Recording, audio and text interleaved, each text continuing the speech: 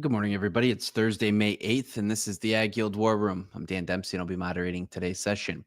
As always, if you get any questions or comments, please feel free to drop us a line in the chat area, and we'll be sure to get to it during the show. Overnight markets here, July corn up 2 1/4 at 451 1/2. July soybeans were up 7 at 1046 1/4, and July Chicago wheat was unchanged at 534 1/4. We had a number of export sales announcements here this morning. 205,000 metric tons of corn to Mexico. 40,000 of that balance was old crop. 165,000 for new crop. 115,000 metric tons of corn also announced to unknown. That was for old crop. And 225,000 metric tons of soybeans to Pakistan, and that was for new crop. Weekly export sales were announced this morning, solid for old crop, a little over 1.6 million. Upper end of the estimates, we're looking for 1.4. Not really anything to speak of on new crop. 18,000 was the total for new crop corn sales. Soybeans, 376,700 for old crop. That was kind of right in the middle of the range that they were looking for. 9,800 for new crop. Wheat sales had positive sales for old crop, 69,700. A majority of the sales coming in the new crop of 493,000, which was above the top end of the estimates there. Meal sales, 111,900 was below the low end for old crop, 10,300 for new crop. And wrapping it up on soybean oil, 14,600 for old crop and 1,100 for new crop. Yesterday, the Fed announcement left rates unchanged, which was not a real big surprise. I don't think it really pleased the White House, but we continue on there. This morning, I guess the big news overnight and into this morning was the first trade deal announcement here, scheduled to be take place at the White House here at 9 o'clock this morning with the UK. So certainly details will be announced, I'm sure, hopefully, and we start to see some semblance of a roadmap here on what these deals will look like. So lots going on here, guys. With that, Dustin, maybe a few thoughts to kick us off this morning, just on the overall scope of what you're looking at, and then we'll throw around the room. Yeah, so I think a couple things to note. We had some soybean sales to Pakistan overnight, new crop. Beans have been faring out better than corn lately. Corn spreads have been breaking. Beans have been holding a little bit more steady. So this is the highest bean corn ratio yet of the year, of the calendar year 2025. Highest we've been, at 2.34x. And so it's one thing to kind of note. I mean, we are going to be, getting our first new crop balance sheets on Monday with that May WASDE report. And so we typically would see is, they're going to use the March 31st planting intentions acreage numbers, and they're going to start off with their benchmark trendline yields from the Fed Outlook Forum, 52.5 for beans, the 181 for corn. Both of those would be a record. And so you get the balance sheets from those. I think that you're going to be easily above a 2 billion bushel corn carryout. That Dow Jones survey shows that. In fact, I think their survey might be a little bit light on what they'll print, using their the Fed Outlook Forum demand figures. But the bean number is somewhere in the 300s more than likely. Low 300s if you just take the Fed Outlook Forum demand estimates. And it all kind of comes down to like what's the WASDE think that's going to happen with China, right? If we lose China from a trade standpoint, yes, our bean carryout is going to grow quite a bit. But if we pick up China through phase one trade deal, beans are actually quite tight. So it's interesting to see that the bean corn ratio is starting to rise right now. It's right when we're also just starting to see some renewed talks between the U.S. and China. Well, where will those go? That's the next question for the market, and obviously not just our markets, but global equity markets, which are much larger. So it's on everyone. It's the $1 million question for everybody and everywhere. But it's good to see at least some sort of trade deals. Potentially we'll see what they say here this morning at the press conference. We don't even know what that entails yet. So yeah, Devil will be in the details there. Ben, what's on your mind this morning? Encouraging to see some sales. The way July corn has acted over the last 5 days, I was thinking that there was possibility we could see some cancellations and we got some flash sales on top of really solid export numbers. And, if you read the commentary from a couple days ago when Dustin puts out balance sheets and things like that, just looking at that and looking at the possibilities, we were carried this year by a tremendous amount of demand from Mexico, and not a lot from China. And they're in their third year of really, really problematic weather in their growing regions.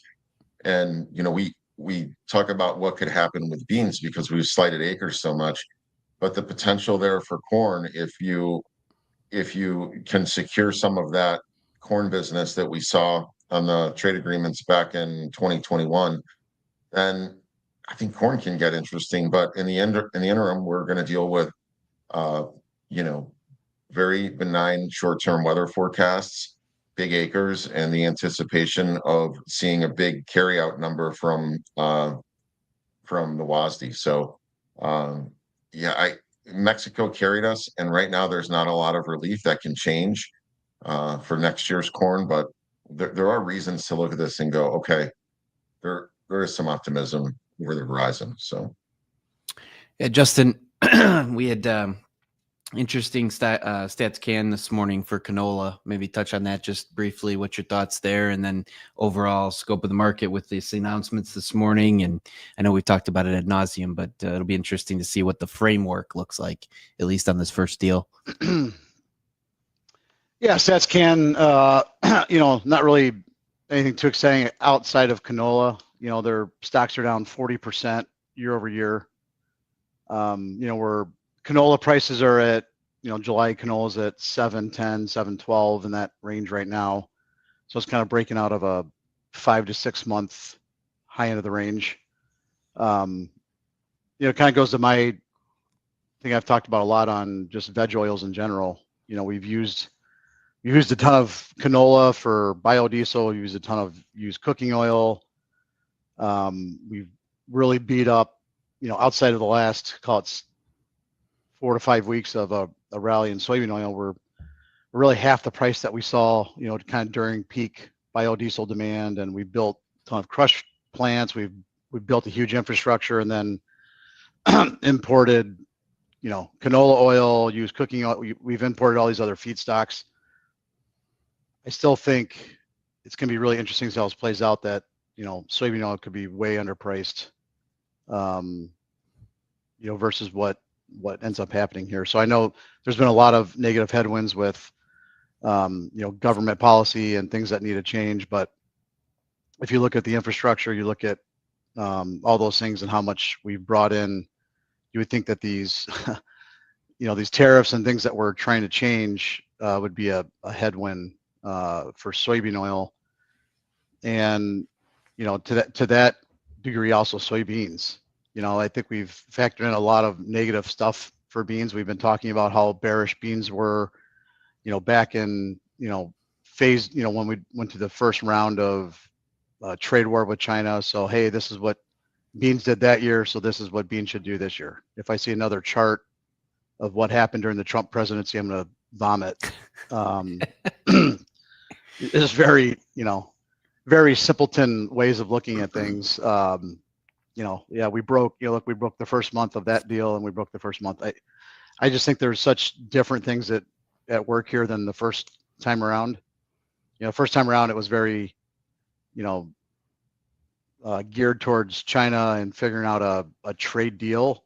And this is a much bigger thing. And we'll see if we land on our feet, right? I mean, we still have to stick the landing, so to speak. So, yeah, to your point, one of your questions was, this first trade deal. I'm excited just because what doesn't matter what country it is, if it's UK, whatever, just to see kind of get a guideline for what that framework looks like. What are we even asking for? What are we happy about signing? I think that'll make every market participant have a little more clear pathway on what we're actually trying to accomplish here. So, yeah, I really don't care who it is. I just like to see what the deal is. Like UK. We were talking about, if it is the UK, relatively small in the whole, grand scheme of things, but like to see what a deal looks like. Right. Yeah, absolutely. Dustin, rates kept unchanged yesterday. and I guess it's more opinion based, but it just seems like you listen to Powell, and it's certainly a battle between the Fed right now and the White House. I mean, he doesn't even hide it anymore when you really read through his statement. So it's just pot shots back and forth. It'll be interesting to see how that shakes out. Yeah, I think they're if you're looking at like their reasons for cutting, they're not really known yet, and we have like some inflation, indicators like energies, for example, coming way down. So, and like I think one of the things that they pointed out yesterday was a renewed focus on unemployment. Right, they have a dual mandate, so it really would kind of have to come down to like unemployment rates starting to rise, I think, for them to really get behind the cut. Politicizing the Fed, questioning the Fed's independence, like that is something that a lot of people are talking about right now. I think Trump already acknowledged that would be a market turmoil to come in, step in, and try to take control of that by removing him and replacing him with someone else early. But yeah, I mean, you got 4.25 to 4.5 target rate. It's actually not really that high from a long enough historical time frame, but it's high for the debt load that we're currently in, and I think a lot of people would be happy to see that start coming down. So if they were to cut more aggressively in the next couple of meetings than what the market's anticipating now, I think they're looking for 2 cuts for the rest of the year. That would be a supportive thing for commodities because it'd probably be negative to the dollar. But Dustin, to that point, I mean, there's a lot of smart people that don't agree with the cut either. Yeah. I think that's the other point is there might not be enough evidence to cut. The markets are doing well. Everything's doing well in this environment. This might be just where we need to be. And, yeah, I think, obviously tariffs, all these unknowns about what inflation could be down the road, I think is a legitimate reason not to cut personally. Like just to cut because it'd be helpful. I don't think that's necessarily needed right now.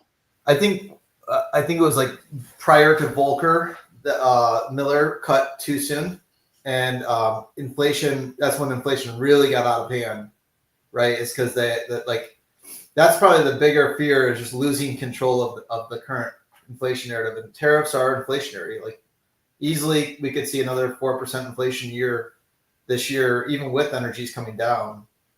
So I agree with you completely, Justin. Like there's a reason why they should be probably kind of cautious here. And it's doing its job, right? It's cooled the housing market. It's made people kind of step back from just buying because it's free. Like all those things have definitely tempered, right? And it's a fine line between that and like creating a recession. But so far, everything's copacetic. The stock market's, had a big down flush. I mean, obviously it could do it again, but everything feels, even with the trade war, even with all these things, everything's been pretty mild, stable, considering, right? Stable, right? I mean, outside like gold's obviously one of those things that's like, there's obviously been a flight to gold. Like there's definitely a fear of what happens with currencies, what happens with some of these things, and been a rush to gold, and a lot of smart money's been behind it, and it's certainly turned into I'll call it safe haven, but instead of just it's not just a speculator's thing. It's people are turning to gold. Yeah. So I think that kind of ultra loose monetary and fiscal policy in the last 2 decades, right? 12 years of 0% interest rates. We printed trillions of dollars during COVID. All of that's coming home to roost. And to your point, they should probably be very cautious about cutting too soon. And what does that signal to the market that there can't be any pain before they come in and fix it? Well, that's not the best thing for the currency. In our business, obviously, it would be nice to see the currency down a little bit, but just for the general health of the U.S. dollar as a reserve currency, it's cautious. Mm-hmm. So I'm not a interest rates going back to 1% or 2% or anything near that guy. I mean, unless there's obviously a massive recession or something like that. But I mean, really, the U.S. is just in a pickle, right? They have to figure out how to reduce the debt. That's the end of the thing. You can't just have 36 trillion and just make interest rates zero forever. So Yeah. Very, very good. Just going to be coming into the open here. Ryland, real quick, kind of cooled off in cattle there after the latest pop and 4-day rally, and choppy in the hogs. It's just, again, Chinese focused. We're looking at headlines. So give us a few thoughts here this morning. Yeah, we saw a little bit of a setback in cattle. It's normal. It's going to happen.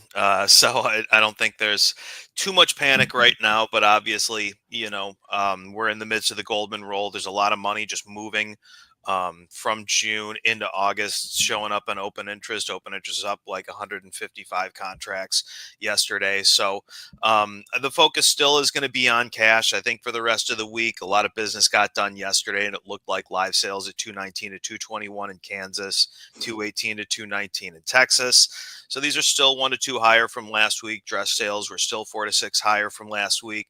352 in Nebraska was posted yesterday, and 355 to 360 in Iowa. So there hasn't been the downturn yet in the cash market here. Obviously, there's been a lot more focus on the feeder market and on the CME index, and just how we've seen a couple days of weakness there, and coming in at 293, 41 down 37. I mean, obviously, it's good. You see the lower numbers.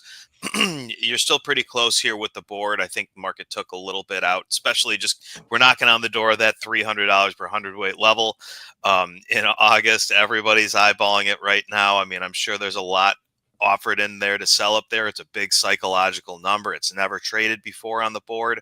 So, that's what the cheering section is really hoping to see. So we'll see if we can see that maybe post roll once we start to calm down some of the flow of money here. Also, we did have monthly export import data released yesterday by the USDA, and I think one of the kind of standouts is that cattle imports from Mexico and Canada are starting to pick back up again. We're seeing kind of normal numbers here, and I think that may be something that we start to focus on a little bit further.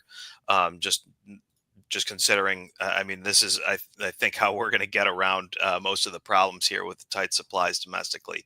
So something to keep an eye on is coming in at 187,000 head for March. So hopefully there's no interruptions at the border, no new screwworm cases, no new restrictions, and that just keeps the flow open right now. So, and on the pork side of things, yeah, it's like you said, it's been a choppy trade. Did kind of make new lows for the move here, closed under the 20-day moving average in June. So it feels like we're seeing a little bit of liquidation. We're starting to technically kind of go down here. We're seasonally a little bit more vulnerable in futures to the downside. So we didn't get any real good news here on the reports. Weekly exports were down 30% from the previous week, and we did see cash a little bit lower yesterday, and same thing in carcass. So need to see some better news here, or at least some kind of trade deal to kind of get us whooped up. Otherwise, it just feels like we're starting to leak a little bit. Very good. Appreciate the update. Just came into the open here. We got July corn down a penny at 448 1/4. July beans just off the high here, up 8 cents at 1047 1/4. And July Chicago wheat's down 3 3/4 at 530 1/2. Couple things to note. Tomorrow is Friday, everybody's favorite time of the week. Brian will be back with Fun Fact Friday, so be sure to tune in. You never know what you're going to get there. We also appreciate very much so everybody that tunes in on a daily basis. If you wouldn't mind, throw us a like and certainly subscribe. Doesn't cost you anything to do so. It'll keep you up to speed on everything that's going on with AgYield. So again, thanks to everybody that supports the show. We're doing this live every day that the markets are open on X, Facebook Live, and YouTube Live, 8:15 Central Time. Appreciate the thoughts and comments here this morning, guys. It was a good show. Hope everybody has a great day, and we look forward to talking to you again tomorrow. The War Room is proudly presented by AgYield. For over 50 years, the AgYield team has provided grain marketing and risk management solutions for growers across the country. Our veteran consultants harness cutting-edge technologies to pinpoint risk, optimize market performance, and protect your farm's profitability. Discover a new approach to farm revenue management at agyield.com. Hey guys, Jack here. Be sure to support the show by hitting the like button, leaving us a comment, and subscribing to the channel for all the latest updates. Thanks for watching. We'll see you next time.